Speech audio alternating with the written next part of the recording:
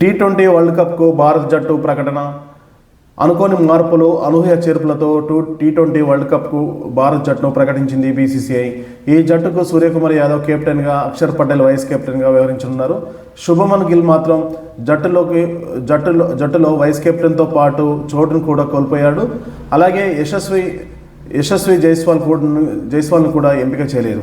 కానీ చాలా కాలంగా జట్టుకు దూరంగా ఉన్న ఇషాన్ కిషన్ మాత్రం అనూహ్యంగా జట్టులో స్థానం దక్కించుకున్నారు. రీసెంట్గా అయిన సయ్యద్ ముస్తాక్ అలీ ట్రోఫీలో ఇషాన్ రాణించడం వల్లనే అతన్ని ఎంపిక చేసినట్టు తెలుస్తుంది. ఇక టీ20 వరల్డ్ కప్ కంటే ముందే భారత జట్టు న్యూజిలాండ్లో 3 వన్డేలు, 5 టీ20లో ఆడనుంది. జనవరి 11 నుంచి ఈ మ్యాచ్లు జరగనున్నాయి. న్యూజిలాండ్లో టీ20 సిరీస్లో కూడా టీ20 వరల్డ్ కప్ కోసం ఎంపిక చేసిన భారత జట్టే ఆడనుంది. అలాగే ఫిబ్రవరి 7 నుంచి 2026 ఫిబ్రవరి 7 నుంచి భారత్ శ్రీలంకలో ప్రపంచ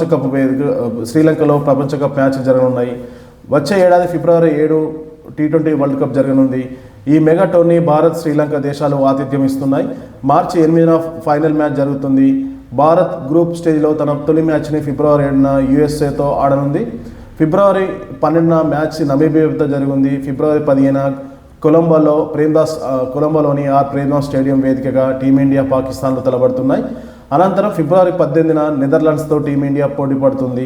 అలాగే ఫిబ్రవరి 21 నుంచి మార్చి 1 వరకు సూపర్ 8 మ్యాచ్లు జరగనున్నాయి. మార్చి 4న మొదటి సెమీఫైనల్, మార్చి 5న రెండో సెమీఫైనల్ జరగనుంది.